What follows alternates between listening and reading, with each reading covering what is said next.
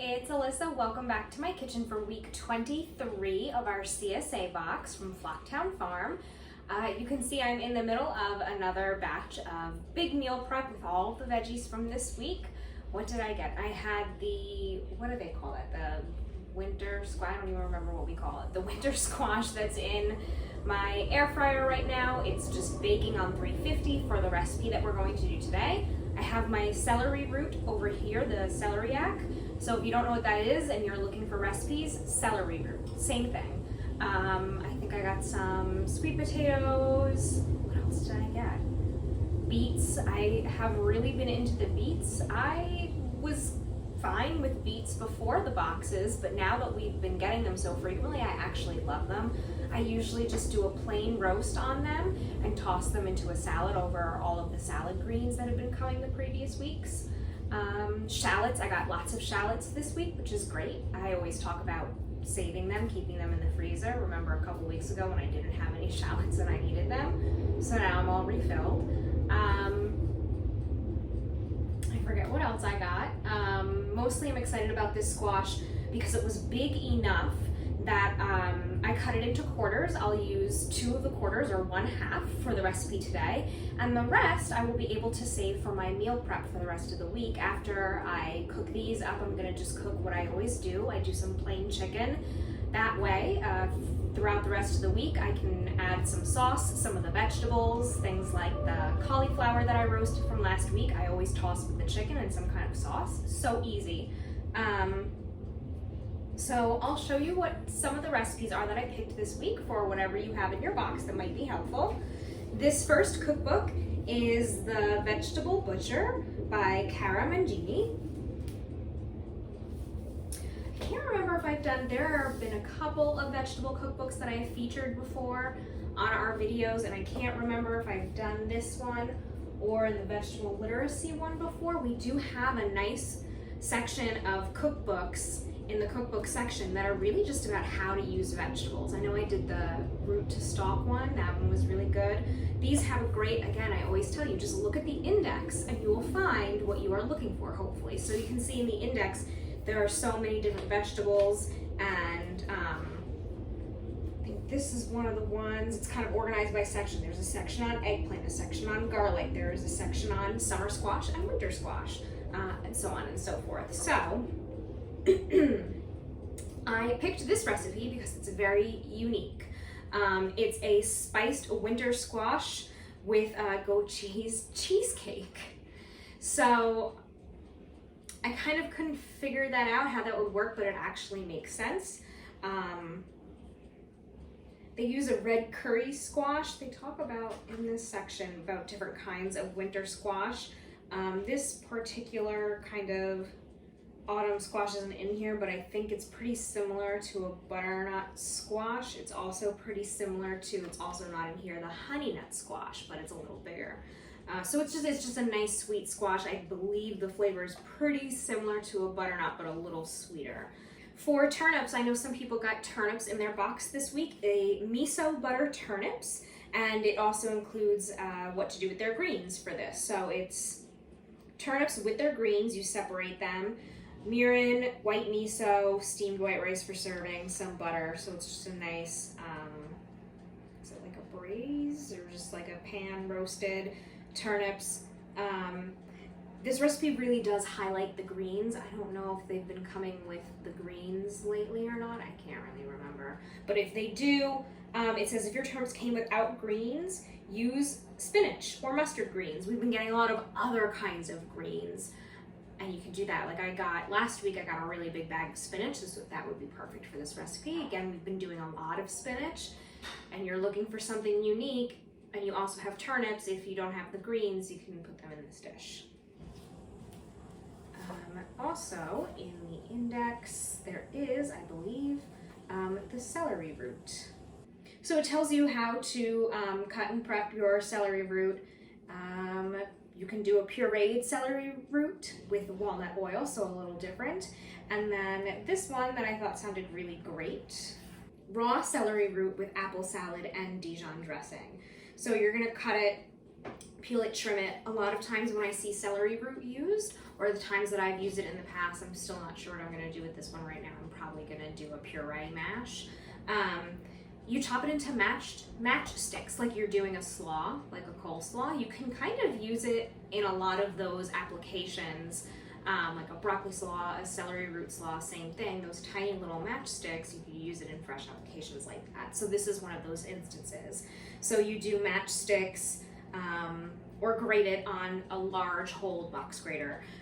Apple, lemon juice, Dijon mustard, honey, salt, pepper, and then you top it with some toasted hazelnuts, crumbled blue cheese, or shaved Parmesan, and then just some microgreens, watercress, parsley, tarragon, what have you, however you would like to top it. It also gives you a variation where you can use Greek yogurt for your dressing to dress it, so very interesting. The next book that I have is called I Could Nosh by Cohen. I have featured on Regular Book Cooks many, many moons ago. His cookbook, Jewish. I made the pomegranate glazed wings, something like that, and you make your own pomegranate syrup. Absolutely amazing, very delicious. I highly suggest that recipe. This is a date roasted vegetable tahchin. It's like an Iranian rice dish, so basically typically consists of yogurt coated rice layered with chicken and tart dried barberries, then baked in an oven until golden. Then you flip it out in front of everybody so they can see that crispy rice on the bottom that you've worked so hard to achieve. They are doing specifically a kosher recipe, so there's actually no meat in here so that you could do the yogurt coated rice. Instead, it features mushrooms, things that we've been getting in our box, butternut squash, Brussels sprouts. Those Brussels sprouts on the stalk are amazing.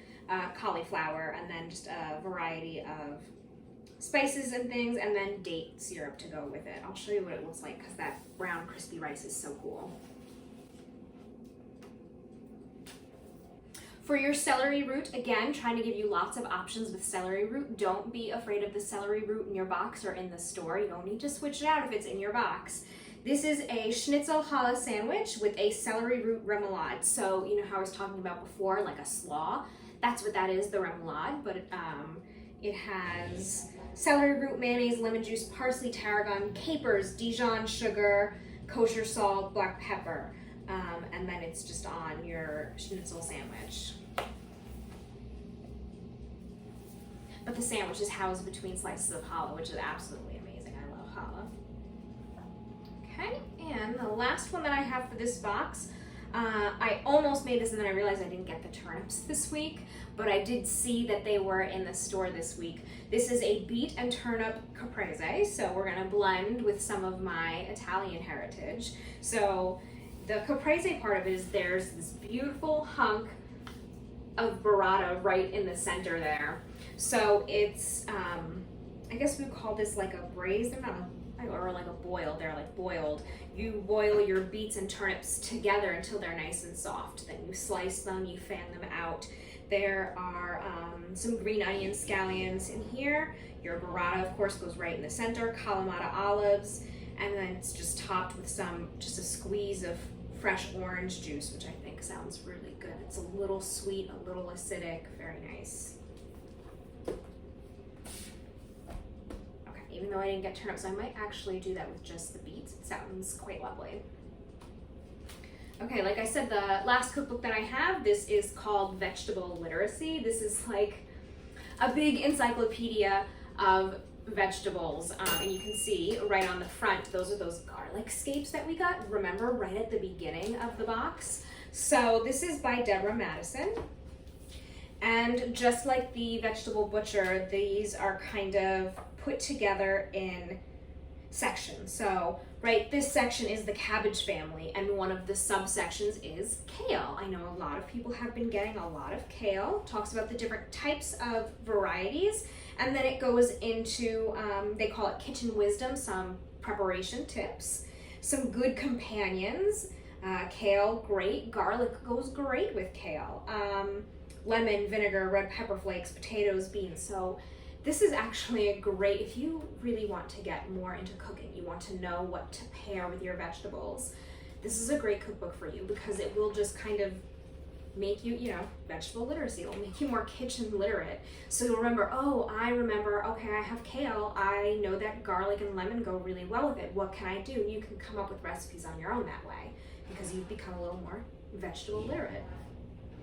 And there are recipes for kale with smoked salt and goat cheese, kale potato mash with romesco sauce, which I think is perfect because I know there have been a lot of potatoes floating around in the boxes too. Smoky kale and potato cakes, shredded purple kale, sun gold tomatoes, feta, and mint. Tuscan kale with an anchovy garlic dressing. This is also really good for what we've been getting in the boxes and available in the store. Kale salad with slivered Brussels sprouts and sesame dressing. Kale pesto with dried mushrooms and rosemary. Here's the whole section on radishes. Again, it tells you a bunch. All of this text is about radishes and then the varieties. Using the whole plant, like I have been telling you for these last 23 weeks, you use them like that other cookbook, from root to stalk. Use your greens. Again, some of the kitchen wisdom, what to avoid when you're picking out radishes if you're going to the store when we no longer get our boxes, and then some good companions in terms of flavors and food pairings. So again, if you got turnips and carrots, that's the other thing that I got. I got a nice bunch of orange carrots. Finely shaved radish, turnip, and carrot salad with hard cheese and spicy greens. It says you can leave out the cheese, but why would you leave out the cheese? So they say a drier cheese like a Parmesan, a Gruyere, Manchego, Monterey Jack. And then I did see that this was in the store. I don't know if any of you are going for it, but there is a whole section in here on kohlrabi. Kohlrabi, I've had it once before. It looks like this little bulb, this little root, and it has, I guess it's like, I don't know how to explain it. Does it say it in here? Kind of like broccoli flavor, kind of similar in use to the celery root. You can chop it up matchstick style and make a slaw. There are, of course, other ideas in here. Kohlrabi salad with green onions, parsley, and frizzy mustard greens, steamed kohlrabi rounds with lemon and chives, and a kohlrabi slaw with creamy herb and avocado dressing. Just a few minutes ago, my oven went off. My squash is now roasted, so what I'm going to make, here's a whole section on winter squash. I am going to make the winter squash puree with tahini, green onions, and sesame seeds. I actually don't have any sesame seeds, but I will forgo those. But I do have the toasted sesame oil that is also included in this recipe. So it's just kind of like an easy puree, but the flavor is interesting. For the most part, for these squash that we've been getting, I've just been roasting them and then topping them with some kind of sauce or tossing them with some cooked chicken. So I was looking for something a little different. There are some other ones here. This is a roasted winter squash with parsley, sage, and rosemary. So just really easy. It's just the different herbs that go really well with your squash. And I also believe there is a whole section on celery root here, a winter squash soup with red chili and mint. So that, again, the mint is such an opposite of your red chili and your winter squash. So just try different flavor combinations and see what happens. Celery root. There's a celery root and hash brown cake, celery root mash flecked with celery leaves, celery root soup with a walnut celery salad, and then a native wild rice with celery root and celery leaves. Okay, so I'm going to grab my squash from my oven. I'm going to reset my cooking station, and we're just going to make a quick puree out of this nice soft squash and put this easy dish together. Okay, so my squash is over there. I'm just making a small portion. As I said, I quartered my winter squash, so I've got the 2 quarters that I'll have for lunch this week, mix them up with some chicken, and then the other half I'm going to make this little puree. So what you do is, this is nice and soft now, so I'm going to separate it from the skin and put it in a little sauce pot. You could do a skillet too, it's fine. And then you add the tahini, which is sesame seeds, which is why the roasted sesame, black sesame seeds on top is such a great pairing, a little garnish. You really don't need it at all. But if you are going to use the black sesame seeds or even the regular sesame seeds, whatever you have, the recipe does say to toast them a little bit because it brings the flavors out, gets those oils and everything really nice and brown and delicious. So I'm not doing that today, but if you have the sesame seeds, make sure to toast them first. So you just kind of, by stirring it all together, you further break it down and it kind of becomes a puree. You don't need to blend it at all. And then it just, the green onions get cooked in a little bit of oil, and that's it. All right, so I'm going to start by cooking my green onions. So this says you are going to, hold on, let me move this over here so I have some more room. So we're mostly going to use here the end, the lighter and whiter part, but it does say you can use some of these green parts. So remember, normally when you're cooking it, you're using the whiter part, and then the green is great for thin slices that you put on top as a garnish, and it adds a little bit of freshness. Okay, so we're gonna do mostly the white, but it says definitely use a little bit of the green, that's totally fine. So I'm just going to fry this up in some olive oil.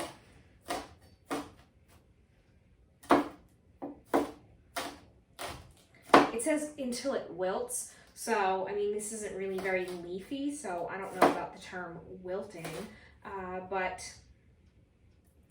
you know, normally you say with onions until it's kind of softened and translucent, so that's what we'll be looking for. Okay,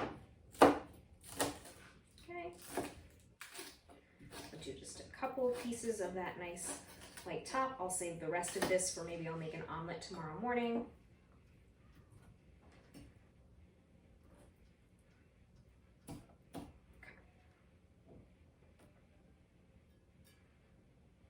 Okay, so I'm just going to go to the stove and fry this up. We'll finish this at the stove. Really gonna go fast from here. Okay, so I'm giving this a quick cook, just a little sizzle. There's just a little bit of olive oil in here, enough to coat so that these don't burn in the pan, and the oil will just help them cook down, get a little brown, like I said, without burning in a dry pan. So, got that. In the meantime, I'm going to remove the nice flesh from the skin of the squash. You can see it got some color on it, that roasted nice flavor. So I'm just going to peel the skin off. I'm gonna give this a little swap so you can see this better. Right, so see, this is really nice and soft. So it's more like a mash than a puree, but that's really all you need. I'm gonna grab my tahini. If you were doing the full recipe, it calls for 2 pounds of this squash and then a 1/4 cup of the tahini. I am just gonna do maybe a tablespoon or so. The tahini is so nice and nutty. It has such a unique flavor, sesame really does. And then as this heats up, the oils will sort of loosen and it will help bring this all together. Once I see that the tahini is well combined with my squash, I'm going to add in my green onions and the little bit of oil that's still in the pan. And then I'm going to add in the toasted sesame oil, season with salt to taste. If I need a little pepper, I can add a little pepper. I don't really need it in this recipe. See, look at that, the tahini just kind of disappeared right into there. I'm just gonna keep stirring and sort of mashing it around. See, again, I did not need to puree this. I did not need a blender. It's nice and soft from roasting it. I roasted it at 350 for about 25 minutes, depending on your oven. You may need to do a little bit longer. Mine works pretty fast. I'm gonna move this. I'm gonna add some salt. We'll definitely need salt because it's, you know, the sweetness of the squash and the richness of the tahini. We need salt to brighten the flavors and get through all of that, right? There's no acid or brightness in here, so you need salt to make sure you are seasoning it. And also my onions, my scallion's gonna go right in here now.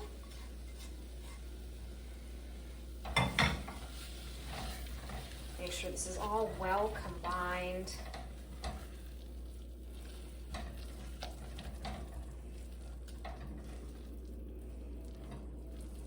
Look at that, that is the perfect little mash. Okay, so I chose one of the black bowls so you can see how lovely the color this is. This is a great little mash. All right, it is piping hot, but I'm gonna try to take a little taste here. I can actually smell the sesame. It is very, very strong. So the full recipe, which is like triple the size of this, calls for a whole tablespoon of that toasted sesame oil. It's very strong. See if you like it first, but I can see how it makes sense. Just smell it.